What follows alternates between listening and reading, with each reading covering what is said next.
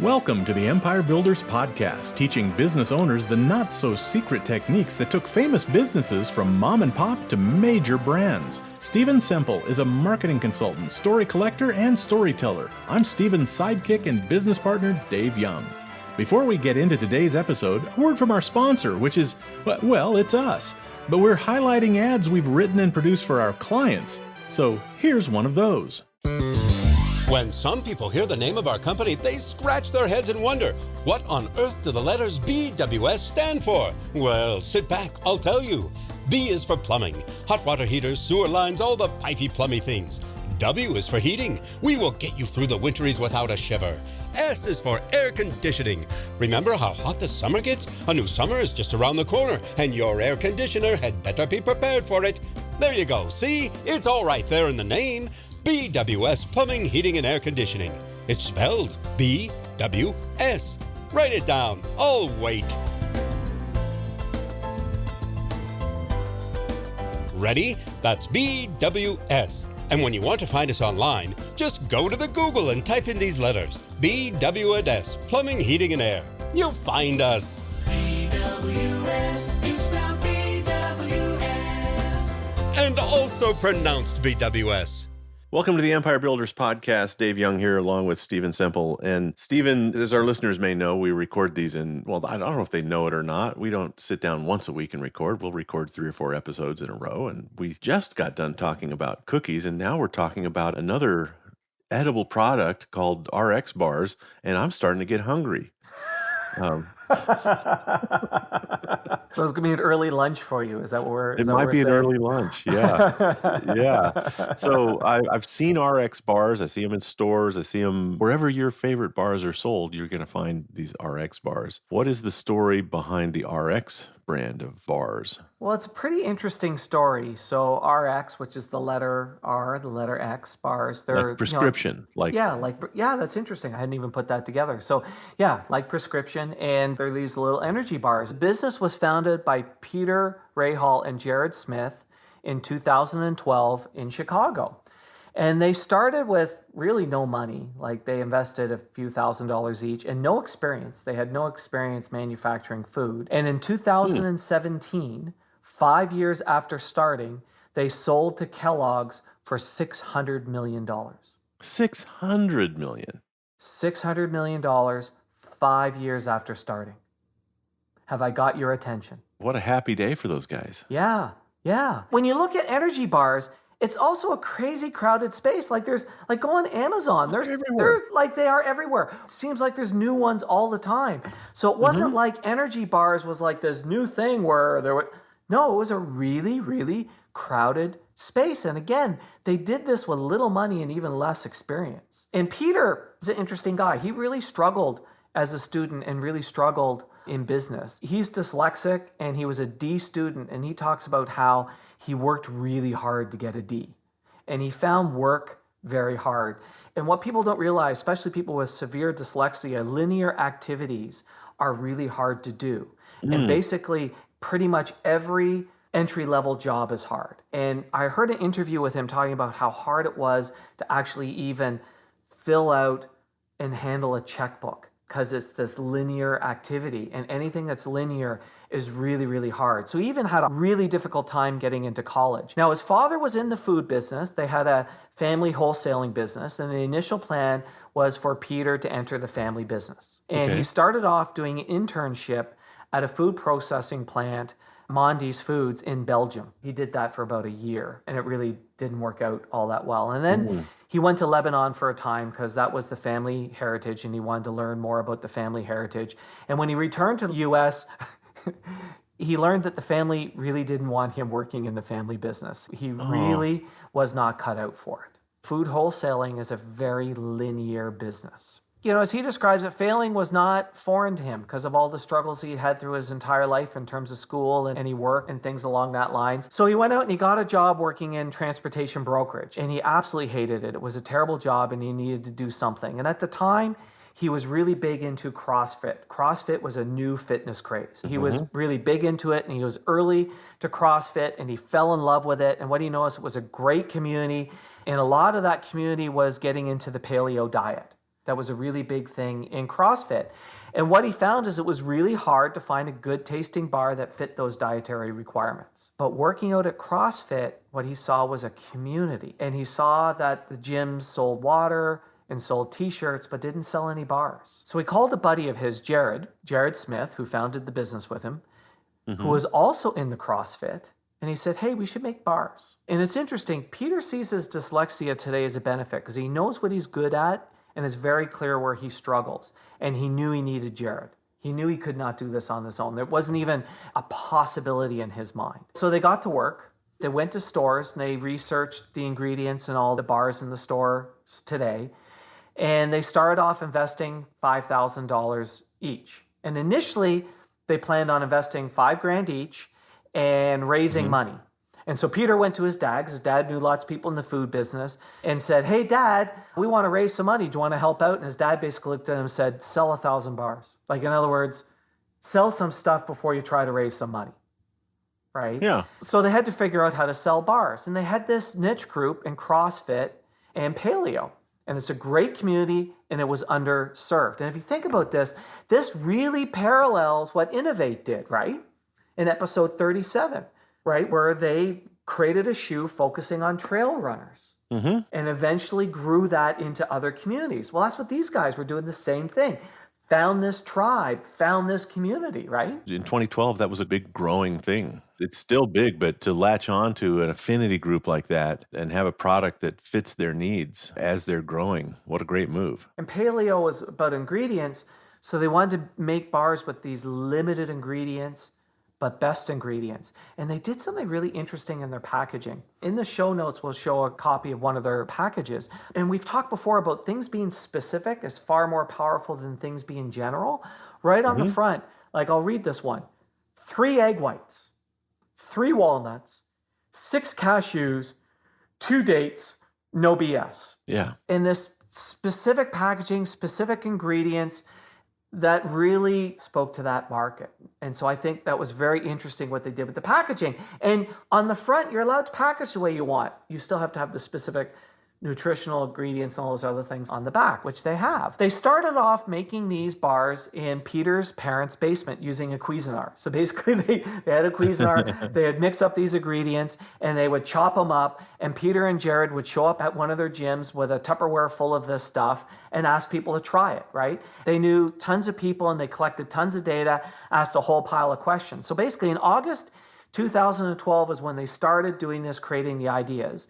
And then in March 2013, they made their first sale. So they went out and they started to sell it. And everything was being made in the basement of the parents' house. And they did everything. They made the website, they did the manufacturing, they did the packaging, they did the design. Packaging was very, very basic, and they would work from 8 to noon. They could make the 3 to 7 batches of bars in that time. And there was about 440 bars a batch. So they could make in the basement 3,000 bars a day. And they had people come in to pack it. Is what they did. So they made the bars, they had people come into the house to pack it. And at one point, Peter's mom was helping out with the packaging, and she wasn't very good at it. Peter had to fire his mom.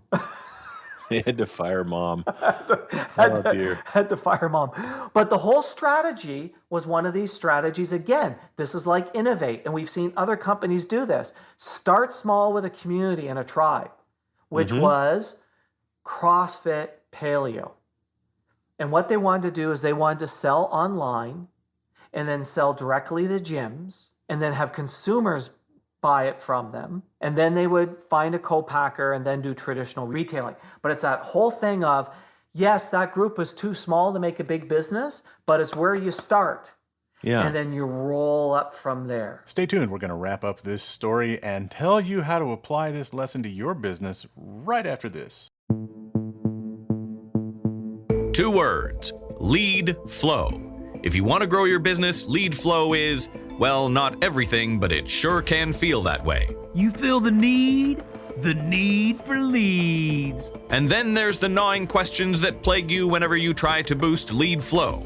Are you targeting the right customer? Are you saying the right things? Are you advertising in the right places? Are you spending too much or too little? And the ever-present, how can I best use social media? What if you could get those questions answered definitively in 90 minutes? You'd no longer feel the need for leads because now you'd know how to get them. That's what Empire Builders is offering you right now for free, and with a guarantee to boot. Go to empirebuildersprogram.com, book a 90-minute Zoom meeting with the Empire Building expert, and boom! Questions answered, problems solved. We'll give you the real answers, guaranteed. Guaranteed. Yes, our famous no pitching and no bitching guarantee. First, we won't pitch you at all. Seriously. If you want to work with us beyond our meeting, you'll have to explicitly ask about moving forward. And the bitchin' part? If you're not satisfied with the answers, say the word. And I'll pay you cold hard cash for your wasted time. No hard feelings. Now that's a guarantee. Look, Empire Builders take action. If lead flow is an issue for you, take action on it. Book your Zoom meeting at empirebuildersprogram.com.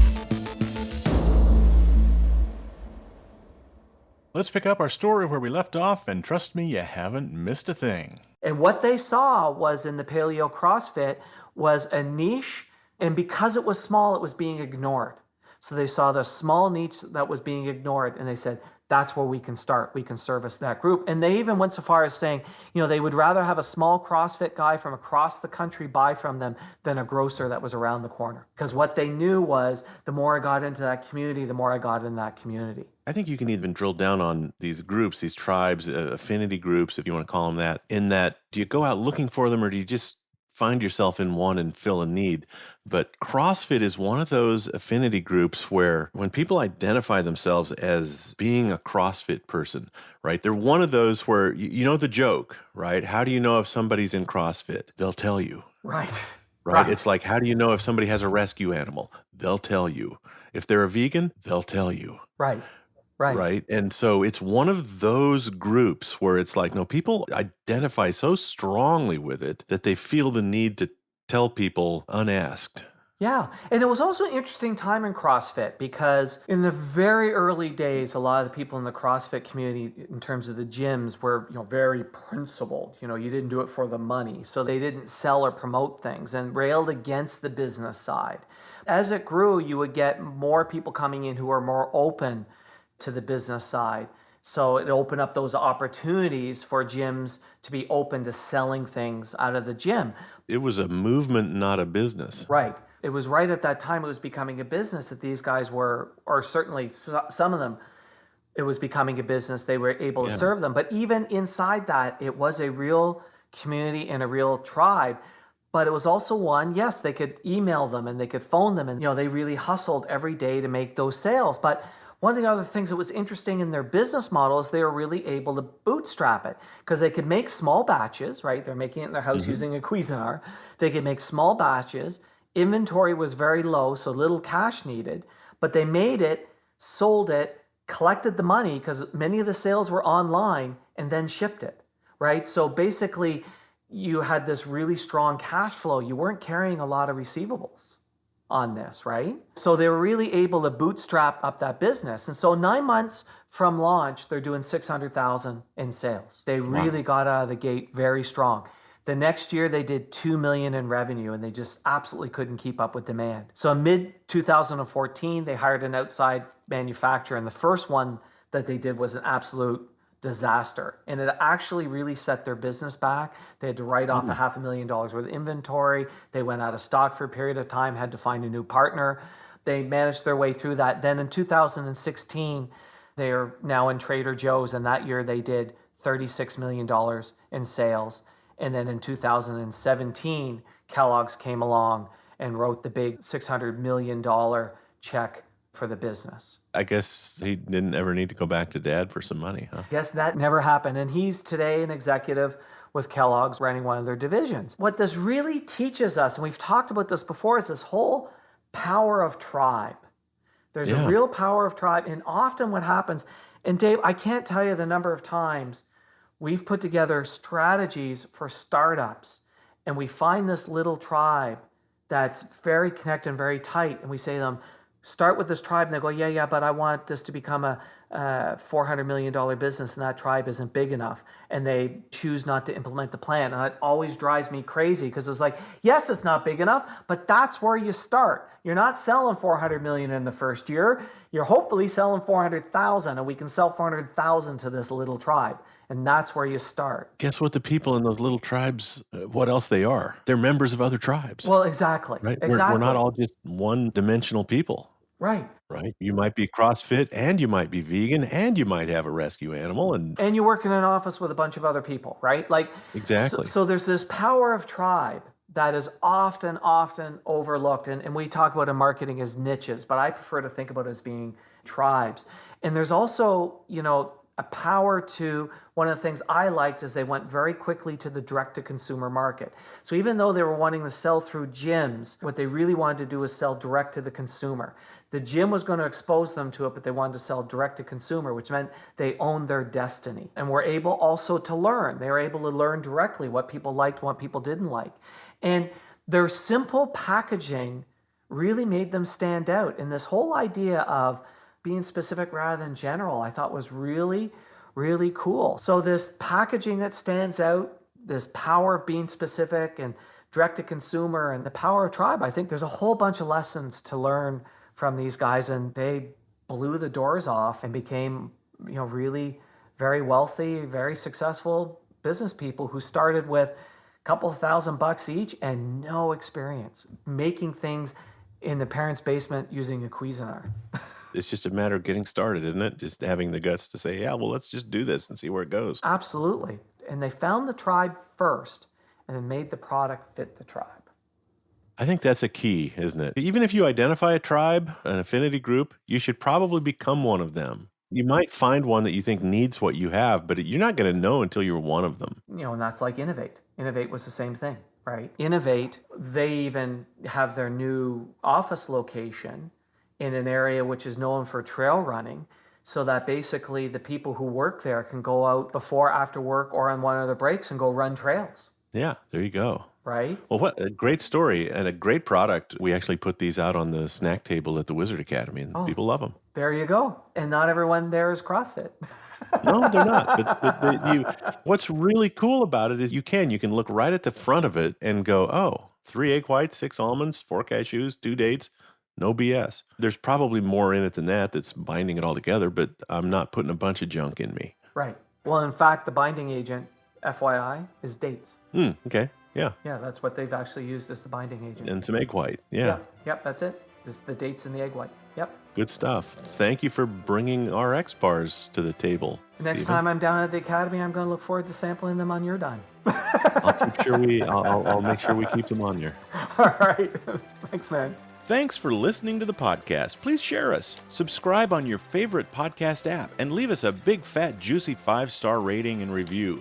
And if you have any questions about this or any other podcast episode, email to questions@theempirebuilderspodcast.com.